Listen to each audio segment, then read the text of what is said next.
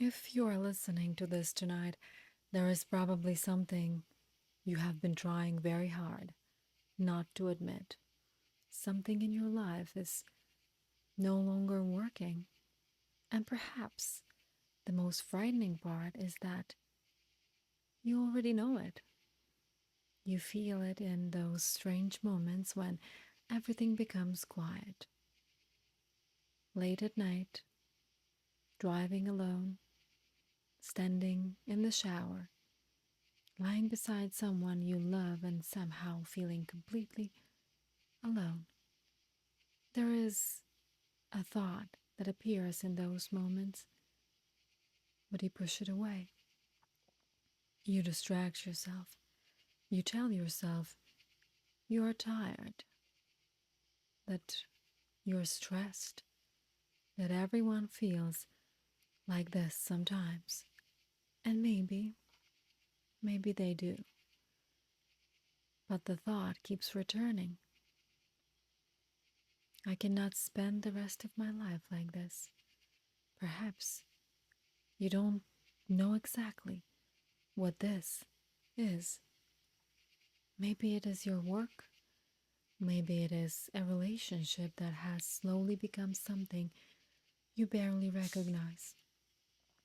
Maybe it is the exhausting responsibility of being everything everyone expects you to be. Or perhaps nothing is obviously wrong, and that makes it worse because you have the things you were supposed to want. You did what you were supposed to do. You kept doing. You are responsible. You survived things nobody knows about. You adapted. You became useful, reliable, strong, and somewhere in the process, you disappeared from your own life. That is a difficult thing to admit, because once you admit it, you can no longer completely pretend that everything is fine. Nearly 2,000 years ago, Seneca wrote about people who reached precisely this realization. People who were busy every day and yet somehow absent from their own existence. People who guarded their money, their possessions, their reputation, while allowing something infinitely more valuable to disappear without resistance, their time. Seneca believed that one of the great tragedies of human life is that we behave as though we have an unlimited amount of it. We postpone the conversation, we postpone the decision, we postpone the journey, we postpone becoming the person we secretly know we could be.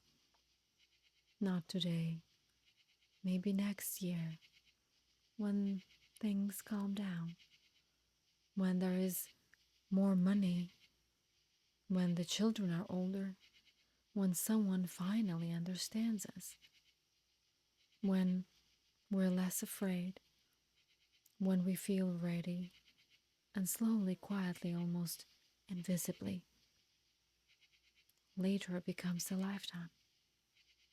That is the danger. Most people do not lose their lives in one catastrophic moment. They lose them 10 minutes at a time. An evening they didn't want to spend, a conversation they were afraid to have, another month in a place they already knew they needed to leave, another year waiting for something to change by itself. And because nothing dramatic happens, they didn't notice what is being taken from them until one night, perhaps a night very much like this one, they suddenly feel the weight of a terrifying question. How much of my life have I already given away? If that question makes you uncomfortable, don't run from it, because discomfort is not always something that needs to be silenced. Sometimes discomfort appears when a truth you have avoided for a very long time finally becomes impossible to ignore. And maybe that is why these words feel different tonight. Not because this video magically found you, but because you were already looking for something you couldn't name. A reason for the restlessness, a reason you have become less patient with things you once tolerated, a reason certain conversations suddenly exhaust you, a reason the future you once imagined no longer excites you, a reason you occasionally look at your own life and feel strangely separated from it. Seneca would ask you to consider a disturbing possibility. Maybe the problem isn't that you don't know what you want. Maybe you know far more than you are willing to admit. Maybe you know which part of your life is consuming you. Maybe you know which relationship has changed. Maybe you know which dream you abandoned because it seemed impractical. Maybe you know which version of yourself you created because it kept everyone else comfortable. And perhaps what frightens you is not confusion. Perhaps what frightens you is what would happen if you finally stopped pretending to be confused. Because knowing creates responsibility. Once you say, I don't want to live like this anymore, another question immediately follows. Then why am I still doing it? And that question can shake the foundations of an entire life. Because suddenly the excuses that protected you begin to sound different. I don't have time. It's too late. People depend on me. What if I fail? What will everyone think? Maybe I should just be grateful. And underneath every one of those explanations is something Seneca understood extraordinarily well: fear, not necessarily fear of failure, something even deeper, the fear of discovering how much of your life you have built around avoiding fear itself. You begin to understand why you have been feeling so restless. But there is something even more disturbing than realizing how you may be wasting your life. It is discovering why the familiar can feel safer than happiness, why human beings can know that something is hurting them and still choose it tomorrow and the next day, and sometimes for years. That is where we need to go next. Here is something most people do not want to admit. You know, you can know that something is wrong with your life and still choose it every morning. You can know the relationship is destroying something inside of you and still stay. You can know that the job is consuming years you will never get back and still return on Monday. You can know that you have become someone you barely recognize and continue performing that person perfectly. This is one of the strangest contradictions of being human. We say we want happiness, but very often, when we are forced to choose between happiness and familiarity, we choose familiarity, even when familiarity hurts. Because familiar pain has one enormous advantage. You know how to survive it. You know what tomorrow looks like. You know what is expected of you. You know which parts of yourself to hide. You know which parts to avoid. You know when to smile, when to stay quiet, when to pretend. You have learned the rules of this life, and the unknown has no rules. That is why people can remain trapped for years inside circumstances they themselves describe as unbearable. It is not always weakness. Sometimes it is because the prison has become familiar enough to feel like home.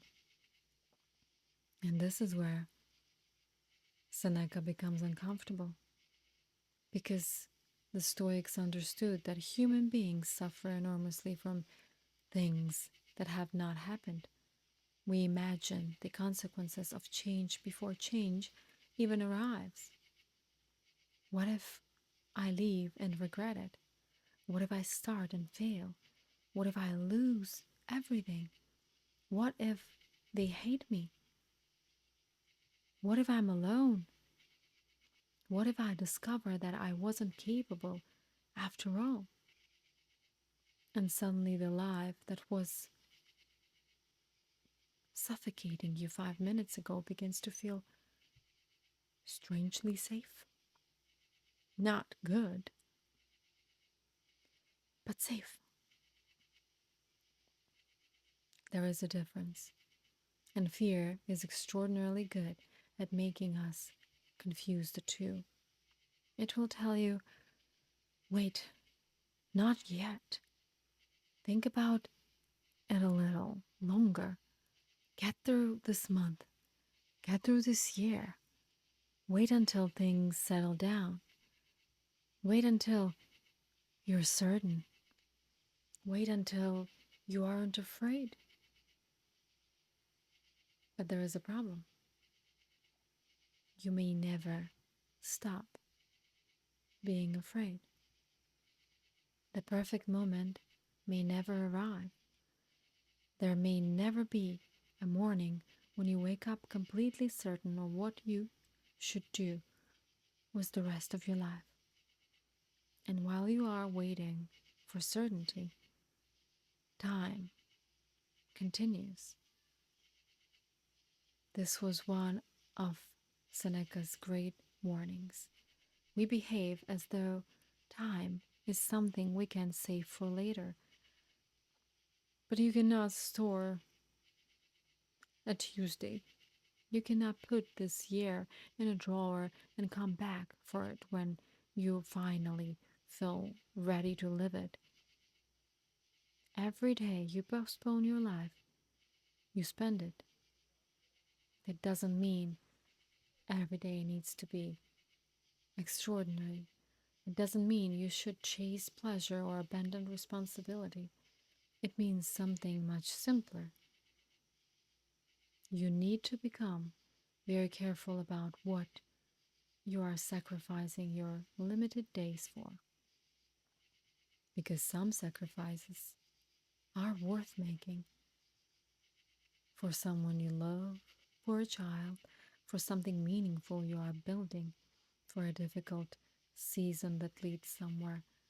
But there is another kind of sacrifice, the sacrifice we make because we are frightened of changing anything. And that sacrifice can quietly consume decades. Think about something you have been telling yourself you will change. Don't say it out loud. Just think about it.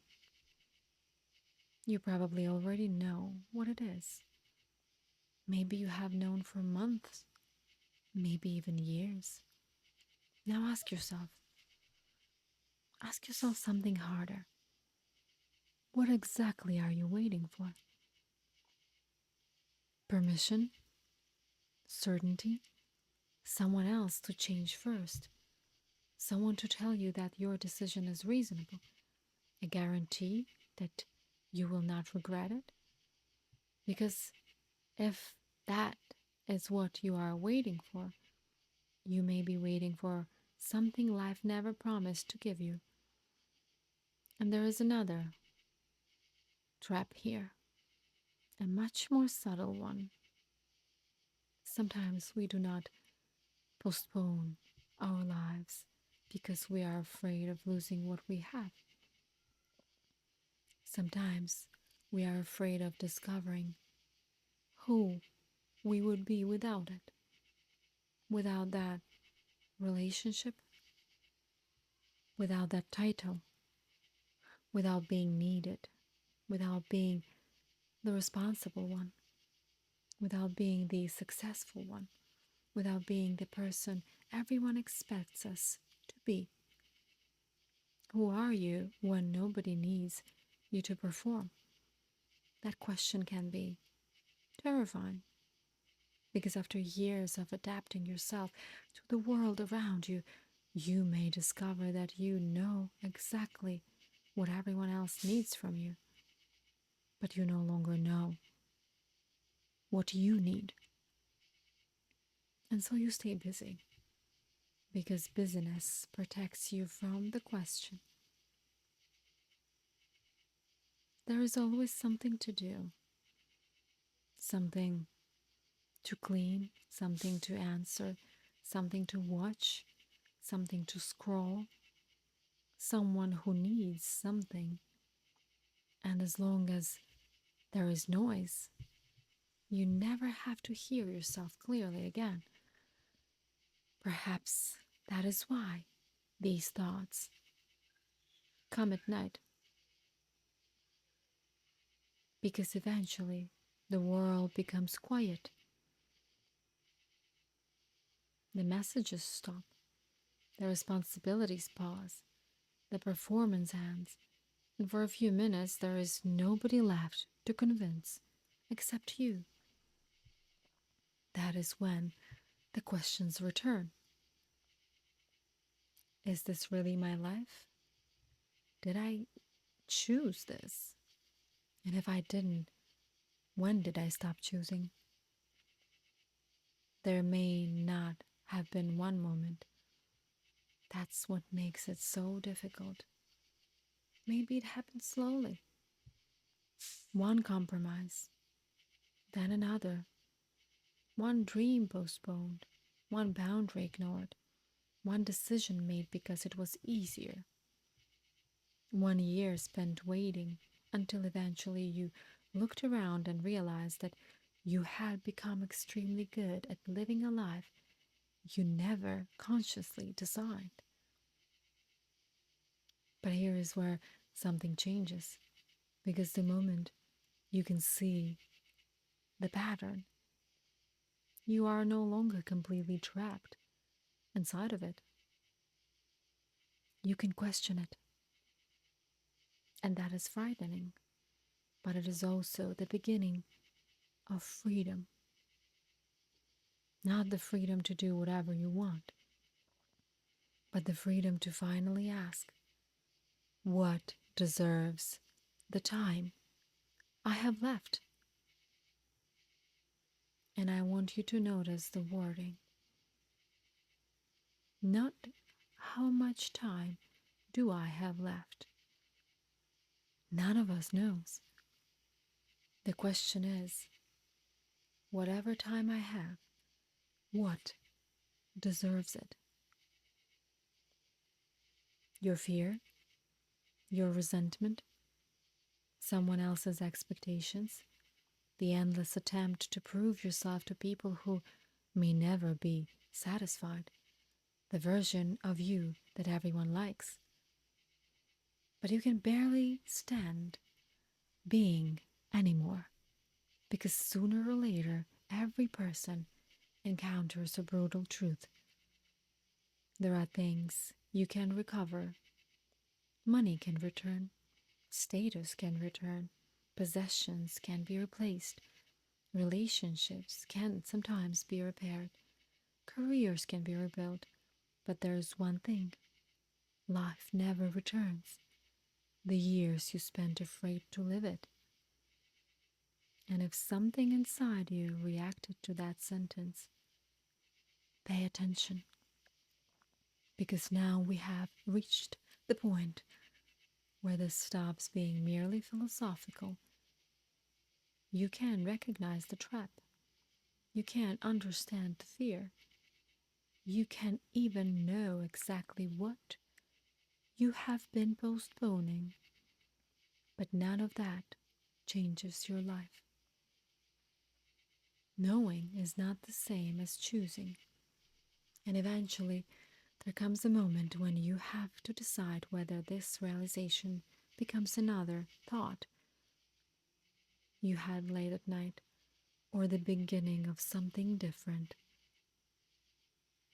But before you make any decision, there is one more thing you need to understand. Because the greatest obstacle may not be fear, it may be the voice inside you that keeps insisting. It is too late to start, too late to change, too late to become someone different, too late to recover the years you've already lost. And if you have ever thought that, maybe you have thought it already, maybe quietly, maybe only once. It is too late to become the person you thought you would be, too late to start again, too late to leave, too late to build something new, too late to recover the years you gave away. And this thought is powerful because it disguises itself as realism. It sounds mature, even responsible, practical. You tell yourself, I should have done it 5 years ago, 10 years ago, before I had children, before I had the mortgage, before I became this age, before I made these choices, before everyone began expecting me to be this person. And perhaps you're right about one thing: you cannot go back. Seneca would never ask you to pretend otherwise. The years behind you are gone. Every hour you wasted is gone. Every opportunity you ignored. Every conversation you were too afraid to have. Every year you spent trying to become acceptable to someone else. Those are gone. And there is something painful about admitting that, because we like to imagine that somehow we can repair the past, that if we think about it long enough, regret it deeply enough, replay it enough times, we can change what happened. But we cannot. The past has one terrifying characteristic: it does not negotiate. And perhaps that is why regret can consume so much of human life, because regret gives us the illusion that we are still doing something about yesterday. We replay the decision, we imagine the other path, reconstruct the life we might have lived. If only I had left, if only I had stayed, if only I had said yes, if only I had said no, if only I had understood then what I understand now. But while you are looking backward at the life you did not live, something is happening. You are losing the life that is still here, that you still can live. And this is where the idea that it is too late becomes dangerous. Because maybe you did waste 5 years, and then you spend another 5 mourning them. Maybe you made the wrong choice at 30, and then allow the choice to decide what happens at 40. Maybe someone hurt you 10 years ago, and you continue giving them pieces of your life every time you replay what they did. At some point, the past stops taking from you, and you begin handing it more and more. Seneca understood this. He wrote again and again about our strange relationship with time. We allow yesterday to torment us. We allow tomorrow to frighten us. And somehow, the only moment we can actually touch disappears between them. This one. Now. This is all you have ever had. And I know how simple that sounds. Almost irritatingly simple. But think about what it actually means. You do not need to repair your entire life tonight. It is impossible. You do not need to know what the next 10 years will look like. You can't. You just need to decide what you are going to do with the next piece of time that belongs to you. That changes the question.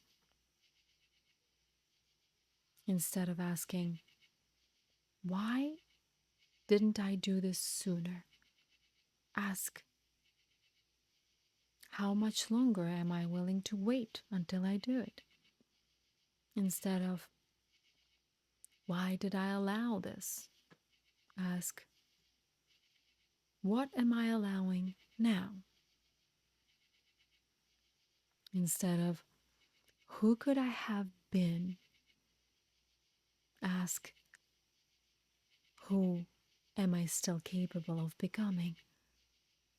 Because as long as you are alive, the story is unfinished, not unlimited. Unfinished. There is a difference. You may not have the same possibilities you had 20 years ago. Some doors really do close. Some choices really do have consequences. Some things cannot be recovered. But there are doors in front of you right now that will also close if you don't open them. And one day, you may look back at the person you are tonight with exactly the same frustration. You may think, why didn't I understand how much time I still had? How much possibilities? That is the cruelty of hindsight. At 25, you think 35 is late. At 35, you think 45 is late. At 45, you look back at 35 and realize how young you were. At 60, you may remember 45 and wonder why you thought your life was already decided or over. We keep standing inside the present, calling it too late, until the present becomes the past, and then suddenly we understand its value. What if you didn't wait this time? What if you stopped treating your current life as though it were already over? What if tonight was not another night spent mourning who you failed to become, but the night you finally stopped abandoning the person you still can be? Not through some enormous dramatic gesture, not by destroying everything tomorrow, but by becoming unwilling to waste another year pretending you do not know what matters to you. Because perhaps the most frightening realization is not that you have wasted time, it is that you are still wasting it while thinking about how much you wasted. And there is something else you need to hear. You do not need permission to change your mind about your own life. You are allowed to discover that something you once wanted no longer matters to you. You are allowed to outgrow a dream. You are allowed to admit that a decision you defended for years was wrong. You are allowed to become someone your younger self could not have predicted. You are allowed to disappoint the version of you that made plans without knowing what you know now. Because maturity is not spending the rest of your life defending every decision you have ever made. Sometimes maturity is looking at something you spent years building and admitting, this is no longer where I belong, this no longer serves me. And that admission can be terrifying because the moment you stop saying, it's too late, you lose one of your safest excuses. If it isn't too late, then perhaps something can still be done. And if something can still be done, then eventually you have to choose. This is where many people turn away because imagining another life is safe. Thinking about changing is safe. Watching videos about changing is safe. Reading books about courage is safe. Even understanding Seneca is safe. You can spend years becoming extraordinarily wise about a life you are still too frightened to change. But there comes a point when another insight will not save you. Another quotation will not save you. Another night of thinking will not save you. Because there is a moment when reflection becomes another form of postponement. And when that moment comes, the question is no longer, do I understand? The question becomes, what am I going to do with what I now understand? And that is where things become difficult. Because the moment you decide to change something, you are going to meet resistance from other people, for circumstances, and most powerfully, from yourself. The part of you that begged for change yesterday may become terrified of it tomorrow. And if you do not understand why that happens, you may mistake that fear for a sign that you should turn back. Sometimes fear appears for a very different reason, because the person you have been can feel that you are beginning to leave them behind. And this is where people become confused. They finally decide that something has to change. They feel certain for one evening, perhaps even for one extraordinary hour, everything becomes clear. They think, enough. I know what I need to do now. And then morning comes, and the fear returns. The doubts return. The old explanations return. Suddenly, the decision that felt obvious 12 hours ago feels reckless. Maybe I am overreacting. Maybe things aren't really that bad. Maybe I should give it more time. Maybe I should be grateful for what I have. Maybe changing everything would be a terrible mistake. And before long, you are negotiating with the very life you were desperate to escape. This is the moment you need to understand, because fear has a remarkable ability to impersonate wisdom. It can sound reasonable, it can sound responsible, it can even sound intelligent. Fear rarely says, I am afraid. No, it says, this isn't the right time. You need more information. You should wait until you're certain.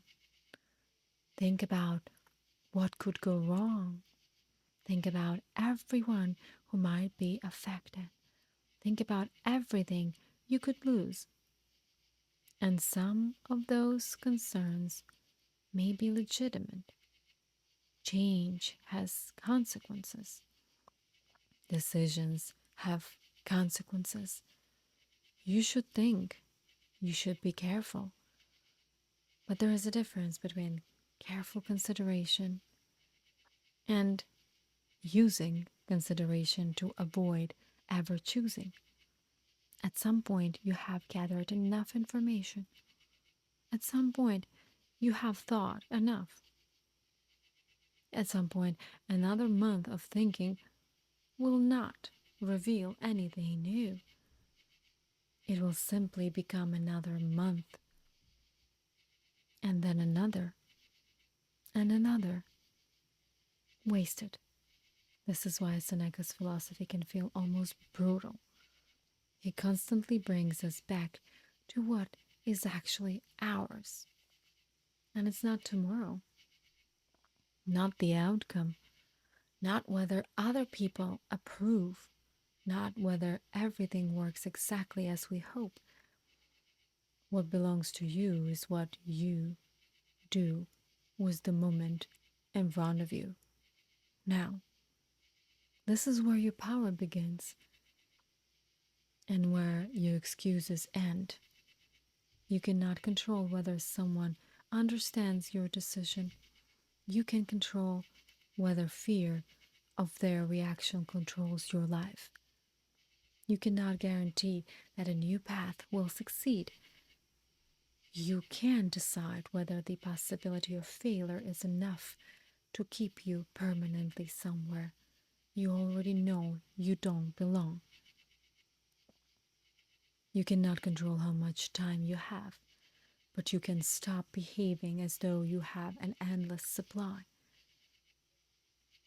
And this is the point where the question becomes deeply personal, because there is probably something in your life right now that you keep placing in the future, something you will deal with later, a conversation, perhaps a decision, a boundary, a beginning, an ending, something you know requires courage. And perhaps you keep waiting for courage to arrive first. But what if you have misunderstood courage? What if courage is not the absence of fear before you act? What if courage is what appears because you acted while afraid? Think about how many years a person could lose waiting to feel ready, ready to leave, ready to begin, ready to say no, ready to say yes, ready to be seen, or ready to fail, ready to disappoint someone, ready to finally live according to their own judgment. There may never be a moment when your hands stop shaking. There may never be a moment when every doubt disappears. They may never be a voice from somewhere above saying, "Now you have permission." You may have to move without it. And this is terrifying because the moment you stop waiting for permission, something else becomes very clear. No one else can make this choice for you. No, no one. Not your friends, not your family, not the person who loves you, and certainly not me in this video. Someone can tell you what they would do. Someone can warn you. Someone can encourage you. Someone can hold your hand while everything changes. But there are certain doors in life through which only one person can walk. You. And maybe you have spent a very long time hoping someone else would make the decision easier. And perhaps you're waiting for someone to finally behave badly enough that leaving becomes an obvious decision. Or waiting for your job to become unbearable enough to walk away. Waiting for the opportunity to become perfect enough so that you can't deny it. Waiting for circumstances to force you into the decision you are afraid to make voluntarily, because then you would not have to choose. Life would choose for you, and there would be relief at that. And you could say, "I had no choice." But what if life never gives you that moment? What if nothing collapses? What if the relationship remains just tolerable enough? What if the job remains just comfortable enough? What if your life remains just acceptable enough? For another 10 years? That may be more dangerous than any catastrophe, because catastrophe forces movement. Comfort can keep you asleep. And this is where you need to be extremely careful. Because a life does not have to be terrible for you to know that it is not yours anymore. You don't need a disaster to justify changing direction. You do not need everyone to agree that your unhappiness is reasonable. You do not need to prove your dissatisfaction in a courtroom. You do not need anyone's approval. You are the person who has to wake up inside this life. You are the person spending these days. And eventually you have to ask, how many more of them am I willing to exchange for the comfort of not making a decision? Because there is a price for changing, but there is also a price for not changing. And people rarely calculate that price. They calculate what they might lose if they leave, but not what they will lose if they remain. They imagine the danger of building again, of beginning again, but not the danger of never beginning. They imagine regretting the choice, but not the possibility of waking up years from now and realizing that fear made the choice for them. That is the calculation Seneca forces upon us. Not what is safest, but what is this costing me in life? Because your life is the currency. Every decision is paid for with time. Every yes, every no, every delay, Every year you remain undecided, you are paying for it with something you cannot earn back. And once you truly understand that, the balance begins to change. Fear is still present, but suddenly fear is not the only frightening possibility.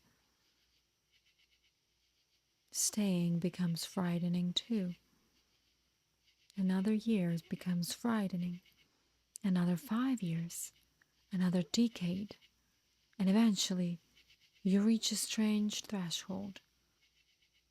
The fear of changing your life becomes smaller than the fear of never changing it. That is when something inside you becomes very quiet. Not fearless, not excited, just clear. I cannot keep abandoning myself to avoid uncertainty. And when you reach that point, you do not need to transform your entire life overnight. You need something much smaller. One decision that proves to you that your life is still yours.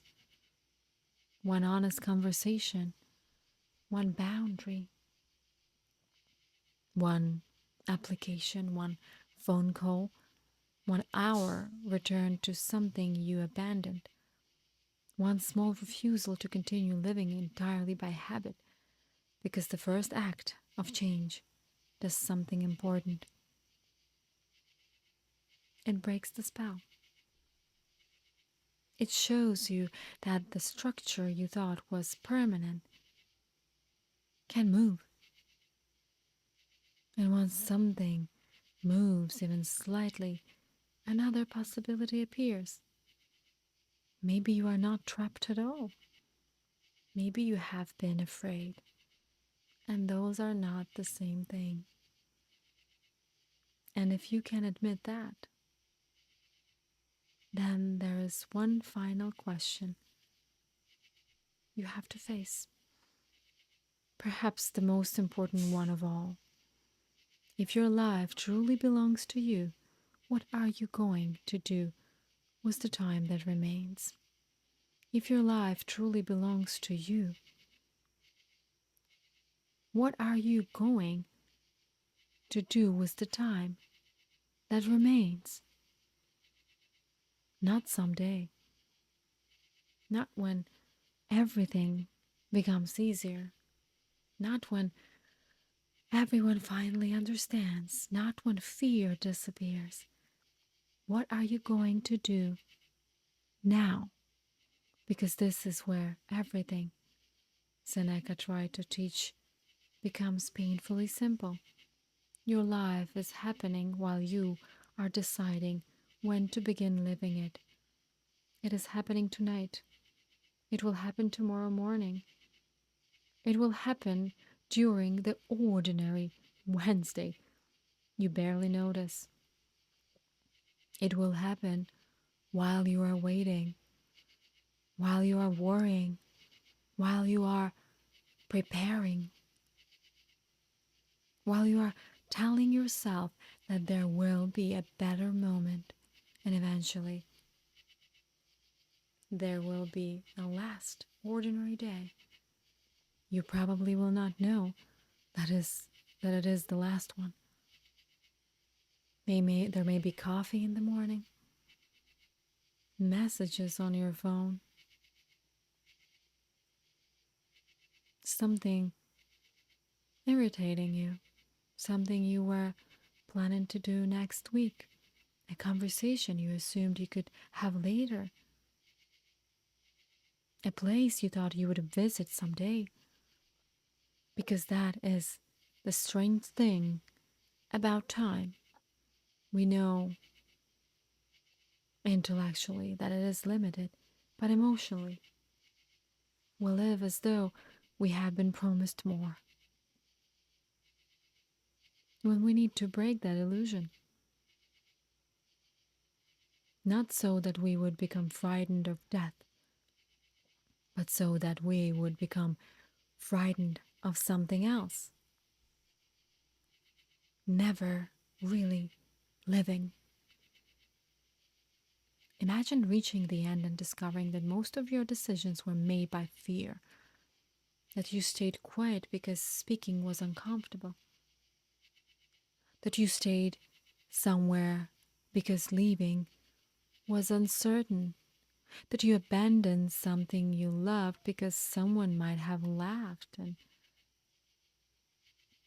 that you spent years trying to become acceptable to people who were barely thinking about you, that you kept postponing happiness because responsibility always came first, that you were so busy protecting your life, you forgot to experience it, you forgot to actually live it.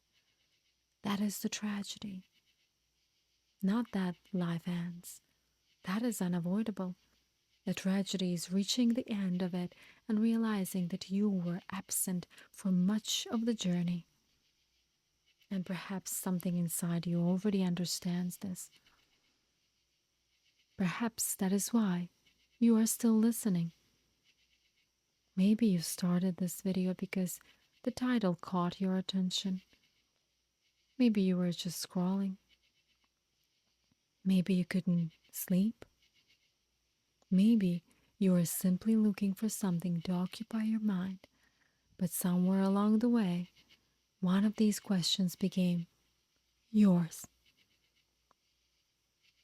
Maybe you thought about a person, or a place, or a decision, a version of yourself you haven't seen in a very long time. Something came to mind, and whatever it was, don't dismiss it too quickly. You don't need to believe that this video appeared through fate. You don't need to believe the universe sent you a message. There is a simpler possibility.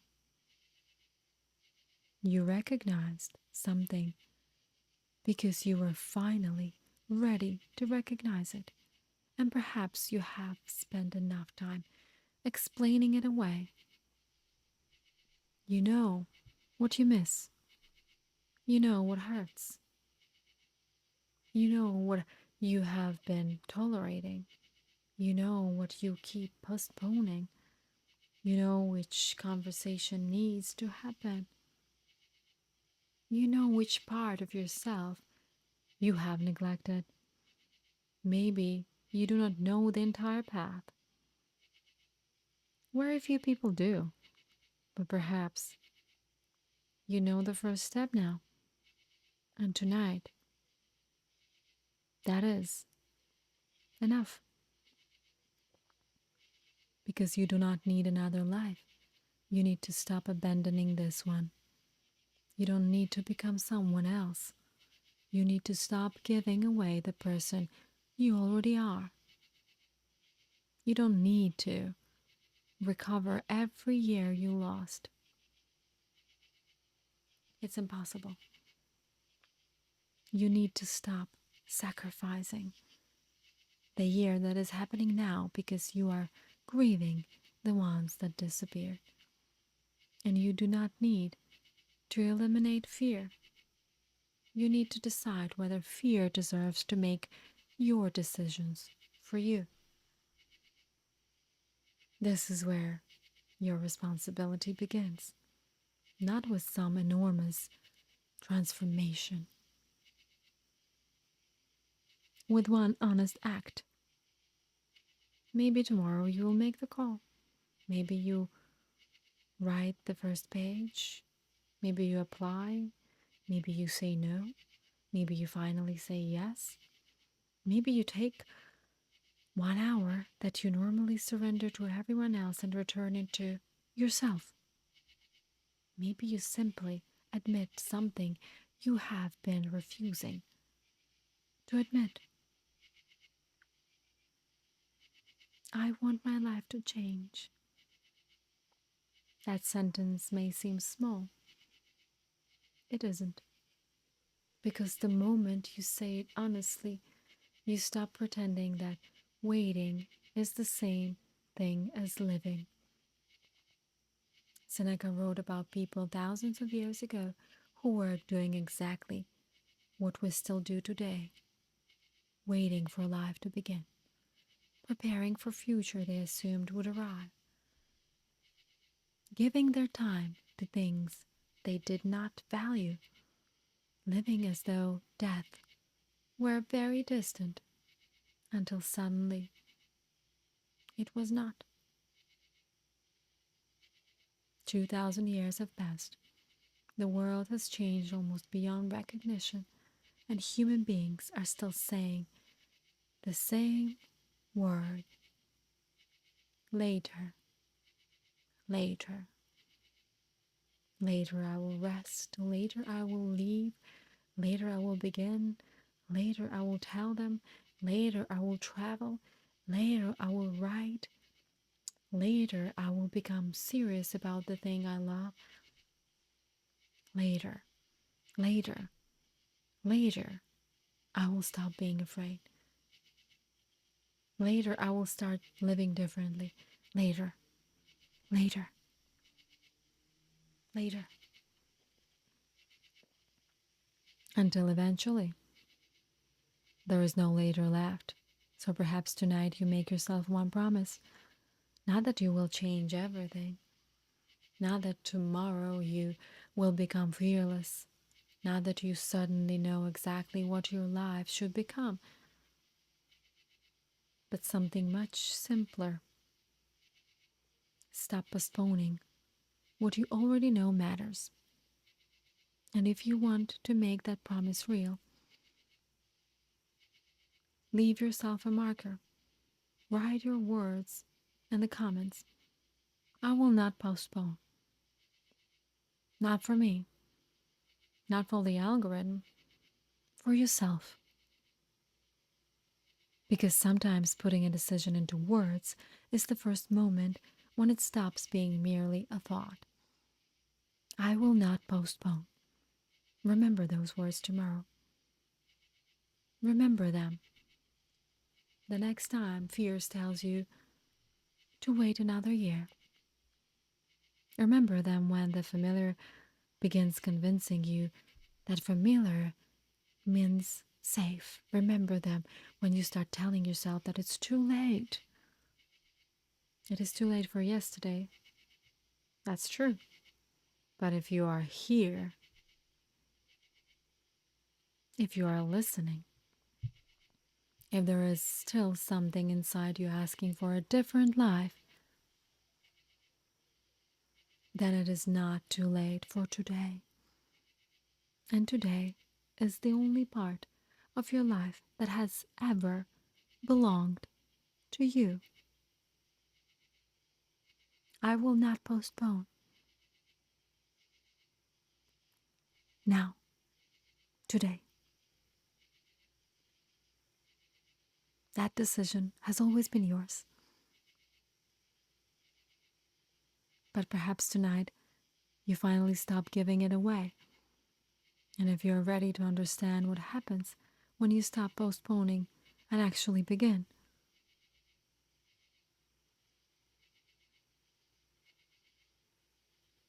do it.